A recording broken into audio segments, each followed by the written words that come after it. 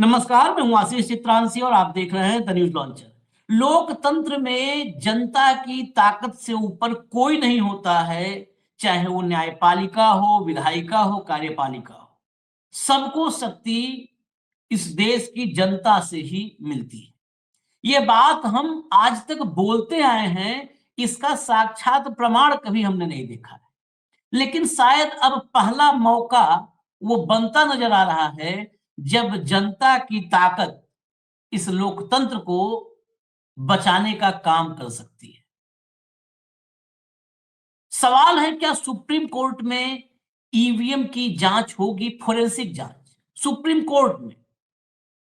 क्योंकि पहली बार अब तक पार्शियली याचिका लेकर के एडीआर है, बहुत एक्टिव रहती है वो। एडीआर को तो मैं कई बार नमन करता हूं कि वो लगे रहते हैं बेचारे।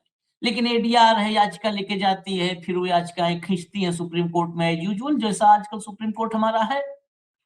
याचिका खींचती है, फिर खारिज हो जाती है, उसमें टीका टिप्पणियां हो जाती है, बस काम खत्म। लेकिन ये पहली बार नजर आ रहा है कि देश भर से सूर्यकांत के सामने चिट्ठियों का ढेर लग रहा है। अंडमान, बंगाल, बिहार, आंध्र प्रदेश, तेलंगाना, फोन अरुणाचल तक से आ रहे हैं, उत्तर प्रदेश, हरियाणा, महाराष्ट्र, पूरे देश से लोग चिट्ठियां लिख रहे हैं और चिट्ठियों ढेर लग रहा है सूर्यकांत के सामने। विजुअल्स मेरे पास आए हैं जहां पर डाकखाने के बाहर समूह में लोग चिट्ठियां लेकर पहुंचे हैं, दिल्ली पोस्ट करने के लिए, सुप्रीम कोर्ट तक जो है चिट्ठी पहुंचाने के लिए। पोस्ट ऑफिस के बाहर, पोस्ट ऑफिस के भीतर बहुत सारे विजुअल आए। और आज मुझे इस बात की प्रसन्नता भी है, खुशी है, ये अब खुद में खुशी थोड़ी आती है जब ऐसा कुछ दिखता है। ये जो है मुहिम राव साहब की थी और इस मुहिम को स्क्रीन पर हमने उतारा था, लाया था। वहां पर उन्होंने अपना मेल आईडी बताते हुए कहा था कि हमको आप लोग मेल करके चिट्ठी का ड्राफ्ट ले सकते हैं। तो जब ये पल है, जब इसको प्राथमिक रूप से, शुरुआती रूप से लोग इस मुहिम में शामिल हो रहे हैं, तो राव साहब को भी शामिल करिए चर्चा में, फिर हम दिखाते हैं सब कुछ। नीचे राव साहब का मेल आईडी भी अभी चल रहा था। स्वागत है राव साहब। मेल आईडी भी ये नीचे है। इसी मेल आईडी पर आप में भी जिसको भी चिट्ठी लिखनी है, तो जो चिट्ठी का ड्राफ्ट है वो कंप्लीट ड्राफ्ट, मतलब आपको कुछ भी नहीं लिखना होगा, वो ड्राफ्ट आप इसमें मेल करके राव साहब से ले सकते हैं। वो एक एक आदमी को मेल करके, जो भी मेल कर देता है उसको एक एक आदमी को मेल करके, वो पूरे दिन फुल टाइम इसी मुहिम में लगे हुए हैं, भेजते हैं। बहुत सारे लोग चिट्ठियां भेजने के बाद उनको रसीद भेज रहे हैं। मैं आपको कुछ दिखाता हूं, फिर राहुल गांधी और मनीष तिवारी पे आएंगे। क्योंकि मैंने कई बार कहा, मैं कई बार इस मामले में, हम लोग बड़ा ओपन है, हम और राव साहब भी, निजी चर्चा होती है तो कई बार उनसे भी मैं थोड़ा सा डिफरेंट ओपिनियन कई बार रखता हूं। पहली बार कल सदन में राहुल ने एज ए होल इलेक्शन में धांधली को एज ए होल उठाया। नहीं तो कई बार क्या होता है, टुकड़ों में, कभी कोई ईवीएम की मुहिम पर केवल केंद्रित कभी नेता होता है, कभी एसआईआर पर केंद्रित होता है, कभी मतदाता सूची पर केंद्रित होता है। कल एज ए होल ये बात आई। और ईवीएम वाली बात, राहुल गांधी लगातार एसआईआर और वोटर लिस्ट मैनिपुलेशन की बात कर रहे थे, चाहे वो महादेवपुरा हो, चाहे आलंद विधानसभा का मामला हो, चाहे हरियाणा का, महाराष्ट्र का। ईवीएम पर उनका ध्यान नहीं था। कल राहुल ने एसआईआर, आप मतदाता सूची के मैनिपुलेशन की बात करो, बिल्कुल मैं सहमत हूं, वहां भी खेल है। लेकिन आप ईवीएम को साइड में नहीं छोड़ सकते, क्योंकि उस पर नजर रखने सबसे ज्यादा जरूरी है। मतदाता सूची वगैरह तो आप रख लोगे, मशीन पे कैसे रखोगे अगर मशीन जांच नहीं हुई तो इसलिए इस मशीन की फोरेंसिक जांच, ये मुझे लगता है कि सबसे जरूरी है। मतदाता सूची हमारे औकात में है, हमारी हैसियत में चेक कर लेंगे हम, मेहनत ज्यादा लगेगा, कुछ भी होगा। लेकिन मशीन कैसे चेक कर पाएंगे जब वो आयोग करने नहीं देगा? इसलिए इस मुद्दे को लेके आए। मैं आपको कुछ दिखाता हूं, चलिए एक एक करके लाना शुरू करिए। दिखाइए वेस्ट बंगाल वाली। ये देखिए, ये वेस्ट बंगाल का है। इसके साथ अलग अलग लिफाफे भी लोगों ने भेजे हैं, मतलब जो जैसे भेज सका है। अलग अलग, ये अलग अलग रिसिप्ट हैं, लिफाफे भी अलग अलग फोटोग्राफ्स खींच करके भेजे गए हैं, वो भी दिखा दीजिए। ये दिखाने का मकसद ये है कि यहाँ पर कुछ भी बैठ करके हवाबाजी या फेक हम कोई कंटेंट नहीं क्रिएट करते, जो है ग्राउंड पर। आप देखिए आगे हरियाणा लाइए, हरियाणा से भी हरियाणा के छोटे-छोटे बादशाहपुर है, बादशाहपुर से चिट्ठी लिखा है और भेजा गया है। बिहार लाइए, बिहार में देखिए रसीदों की फ़ोटोग्राफ्स आई है, एक साथ उन रसीदों को रख कर के उसको आपको हम दिखाते हैं। अलग-अलग चिट्ठियाँ हैं, लेकिन ये रसीद एक साथ रख-रख करके भेजी गई है। ये बिहार का है, आपको करीब से बिल्कुल दिख भी जाएगा। इसके बाद तेलंगाना की तो पूरी सूची ही हमारे पास हम विजुअल ही दिखा देंगे। आंध्र प्रदेश का दिखा दीजिए, आंध्र प्रदेश की रिसिप्ट भी दिखाइए, देखिए आंध्र प्रदेश का है। इसके बाद अंडमान से दिखाइए जरा, अंडमान मतलब जिसको हम लोग नॉर्मली चर्चा में नहीं लाते, हमारे देश का एक अभिन्न हिस्सा है, वहाँ पर भी लोगों को इस बात की चिंता है। आप इस देश में मैं कहता हूँ सुप्रीम कोर्ट जब सुनवाई करती है और कई बार ऐसी टिप्पणियाँ आती हैं, बड़ी निराशा होती है। अंडमान में छोटा-सा अंडमान, वहाँ अंडमान में बैठे हुए मतदाता अगर इस बात को एंडोर्स कर रहे हैं, उनको डाउट है इस देश के चुनाव आयोग पर, ईवीएम मशीन पर, तो यह बात जन भावनाओं पर राम मंदिर बनवाने वाले सुप्रीम कोर्ट को जनता की भावनाओं को देखते हुए संवैधानिक निकाय, ये मंदिर से ज़्यादा इसको दुरुस्त करने की ज़रूरत है। मंदिर में तो हमेशा ईश्वर का वास होता है, लेकिन संवैधानिक संस्थाओं में से कई बार ईश्वर का प्रवास हो जाता है वहाँ से, वहाँ किसी और का वास हो जाता है, तो उसका शुद्धिकरण ज़्यादा ज़रूरी है। अब विजुअल्स कुछ दिखाइए, विजुअल्स हैं कुछ, विजुअल्स देखिए भीड़ लगी हुई है, कतारों में लोग लगे हुए हैं। ये देखिए, ये ये ऐसे समूह हैं। अब ये 10-10, 15-15 का समूह ये बहुत वो है। यहाँ पर कम से कम 15-16 लोग हैं, अगर आप उँगली पर गिन लेंगे तो 12-15-16 लोग हैं। डाकखाने के भीतर डाकखाने के भीतर देखिए, तो वहाँ भी विजुअल बाकायदे बनाया गया है, ताकि विजुअल सर्कुलेट और लोगों में जागरूकता ला पाएँ। देखिए कतार पूरी कतार लगी है कि दिल्ली में गवई को चिट्ठी भेजने वालों की। बस बाकी अब ये विजुअल को अगर चर्चा में भी चला दीजिएगा साइड में। हाँ, चला दीजिएगा।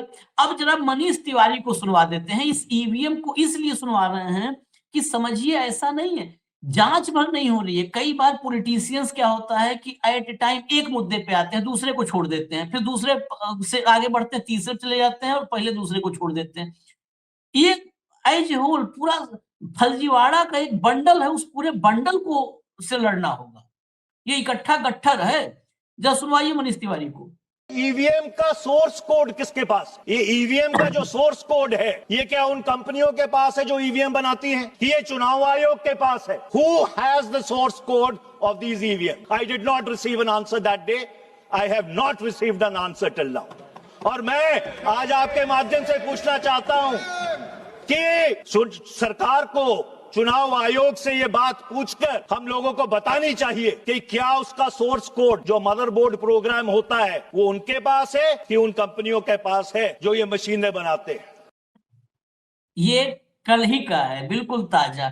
यानी अब मशीन सोर्स कोड जो हम और राव साहब काफी समय से बात कर रहे हैं, उसकी चर्चा सदन में होने लगी है और बहुत प्राथमिक रूप से हुई है।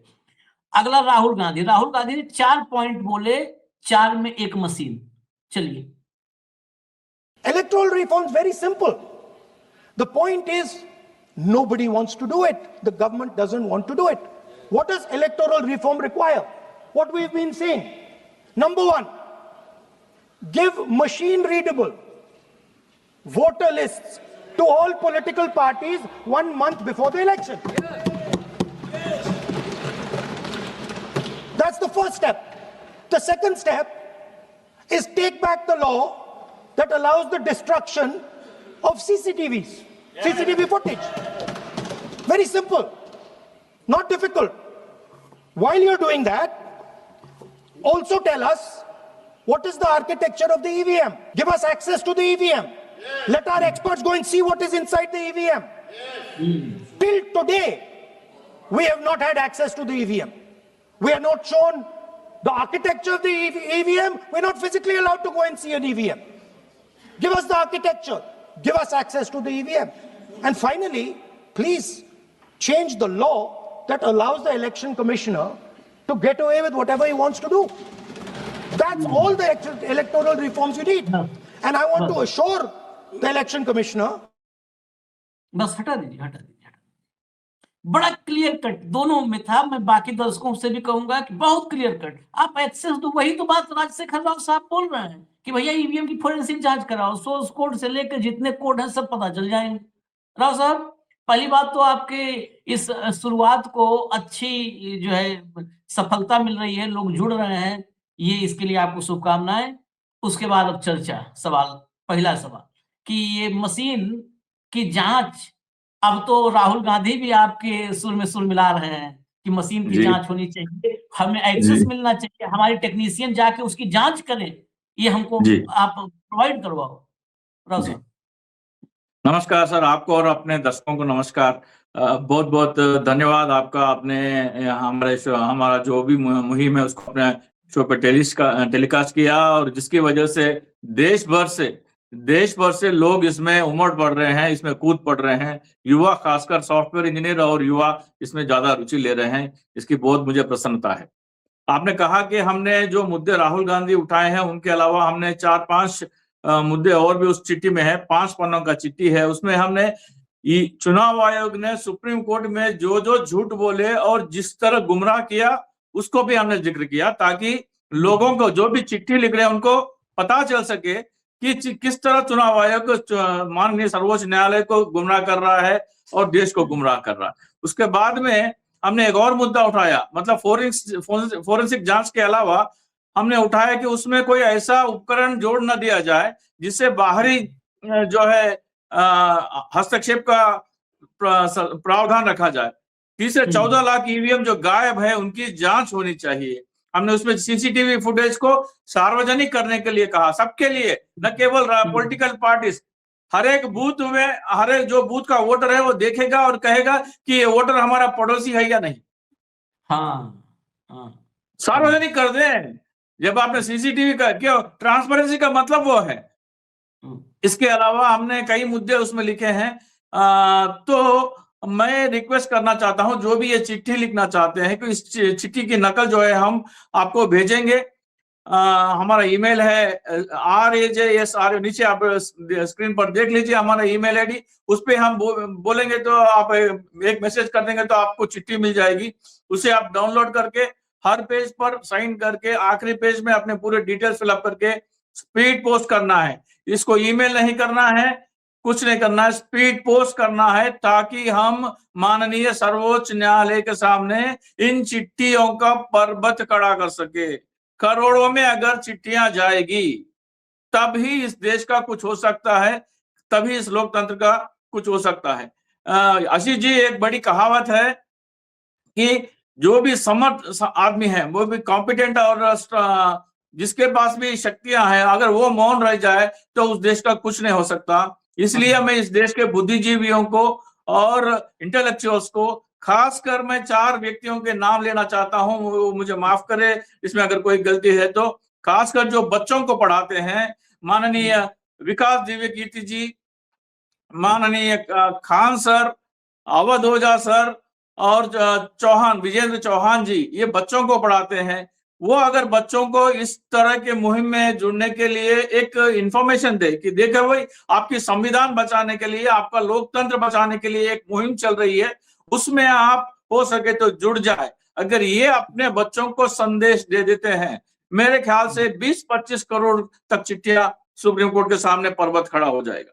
इनसे गुजारिश है, अगर मैं गलती कर रहा हूं तो माफ करें, लेकिन ये जो है, ये इतने इंटेलेक्चुअल्स है और इतना इनका प्रभाव समाज पर इतना गहरा है कि अगर ये संविधान को बचाना चाहते हैं और लोकतंत्र को बचाना चाहते हैं तो अपने विद्यार्थियों को एक सूचना दे, ताकि वो भी इसमें जुड़ जाए। और अगली जो हमारी कार्रवाई है, हम चाहते हैं कि सारे राजनीतिक दल इस मुहिम में आना चाहिए। हम कांटेक्ट कर रहे हैं हर एक राजनीतिक दल से। तेलंगाना में चुनाव है, पंचायत के चुनाव है, 1 हफ्ता जाने के बाद में हम तेलंगाना के नेताओं से संपर्क करेंगे, उनसे पर्सन टू पर्सन जाके इस मुहिम में जुड़ने के लिए आमंत्रित करेंगे। उसके साथ साथ आंध्र प्रदेश में भी विपक्ष के जो नेता है उनसे भी हम गुजारिश करेंगे। कल ही YCP के सांसद मिथुन रेड्डी ने भी ईवीएम पे अपने काफी एतराज जताए। उन्होंने चुनाव के बाद, मतलब शाम चुनाव खत्म होने के बाद में 15% और जुड़े, मतलब चुनाव समय सीमा खत्म होने के बाद में आंध्र प्रदेश में 15% वोटों की पोलिंग हुई है। ये संभव ही नहीं है। तो इसका भी उन्होंने मुद्दा उठाया। हम उनके पास भी पहुंचेंगे और देश के हर एक राजनीतिक दल के पास पहुंचेंगे। मेरी विनती है कि बुद्धिजीवी जो भी है, इंटेलेक्चुअल जो भी है, इस मुहिम को आगे ले जाने में हमारी मदद करें। हर एक जिम्मेदार जो भी वोट दे रहा है उसको पत्र लिखना चाहिए। मतलब अपना वोट अगर सुरक्षित नहीं है तो देश सुरक्षित नहीं है। मेरी हाथ जोड़ के सबसे विनती है कि वो ये पत्र लिखें। नहीं, जी राव अच्छा साहब, जी। पत्र तो लिखना शुरू हो गया है, पत्र तो लोग लिख भी रहे हैं। ये पॉलिटिकल पार्टीज वाला जो आपने ही बात कही ना, ये मुझे भी थोड़ा सा, ये इस बात से मैं भी सहमत हूँ।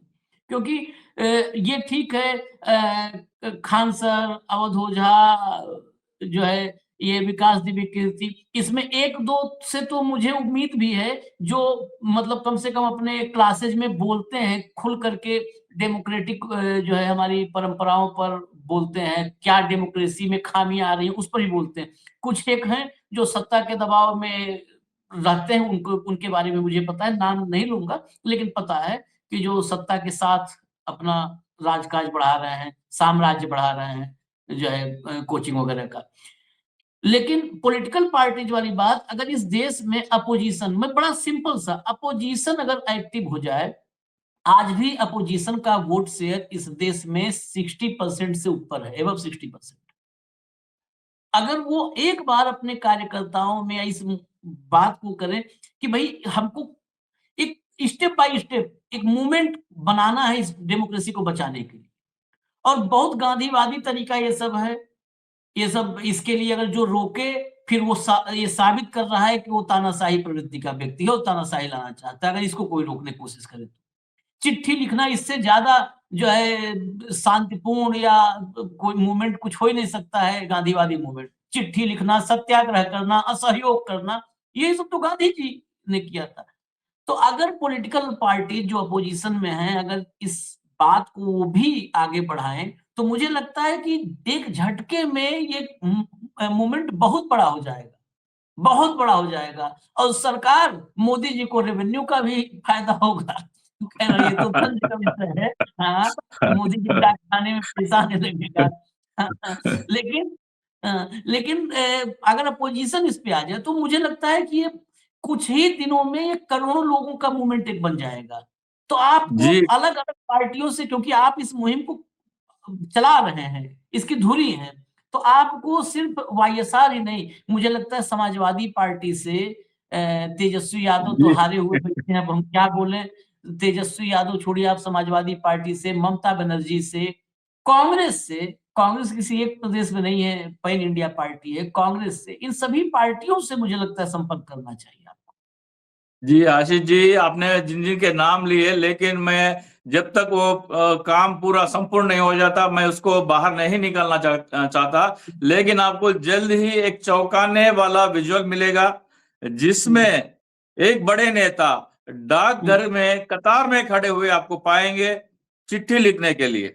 मैं नाम नहीं अभी नहीं बता सकता, लेकिन देश के एक बड़े नेता, एक पार्टी दल के नेता डाकघर के सामने चिट्ठी लिखने के हुए, हाथ में लिफाफा लिए हुए, पोस्ट ऑफिस के लाइन में खड़े, आपको उसकी विजुअल मैं आपको जल्द ही भेजूंगा।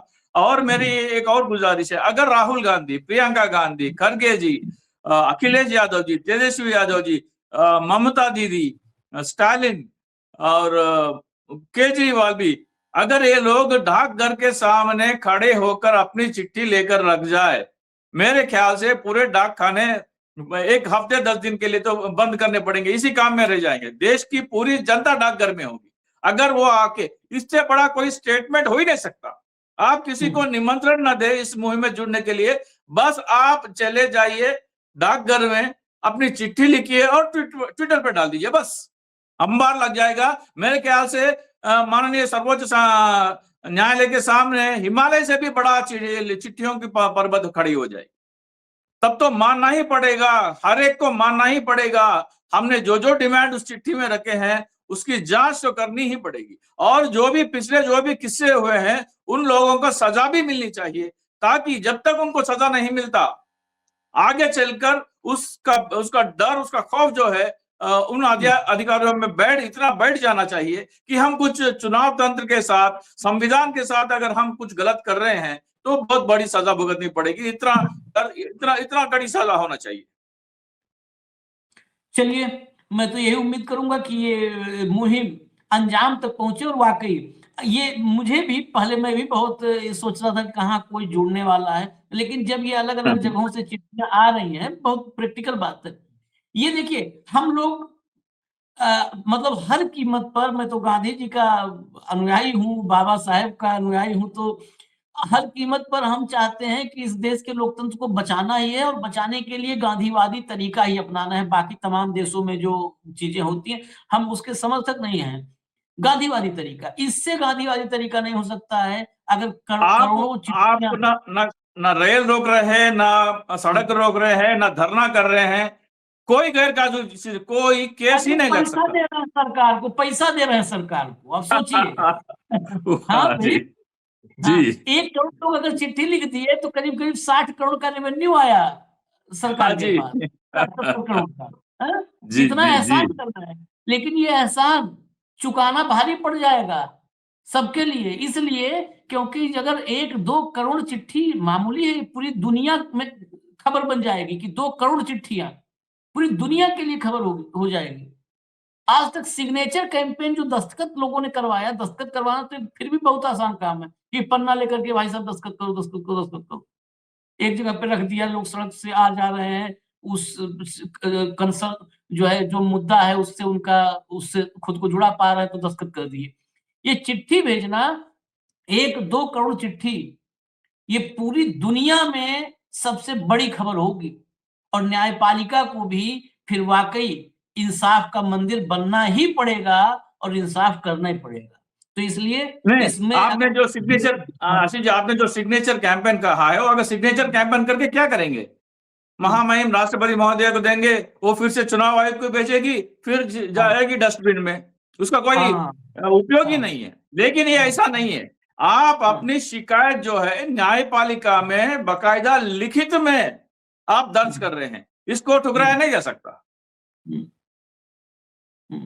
बिल्कुल, इस पे मुझे लगता है कि देश के सभी जागरूक लोगों को, जो है सिविल सोसाइटी के लोगों को, सबको सोचना चाहिए इस विषय पर कि इस मुहिम को कैसे मजबूत किया जा सकता है। फिलहाल इजाजत दीजिए हमें, राव साहब, धन्यवाद, और लगे रहिए, बाकी हम तो हैं साथ में आगे इस मुहिम को बढ़ाने के लिए, बिल्कुल हैं। धन्यवाद राव साहब का।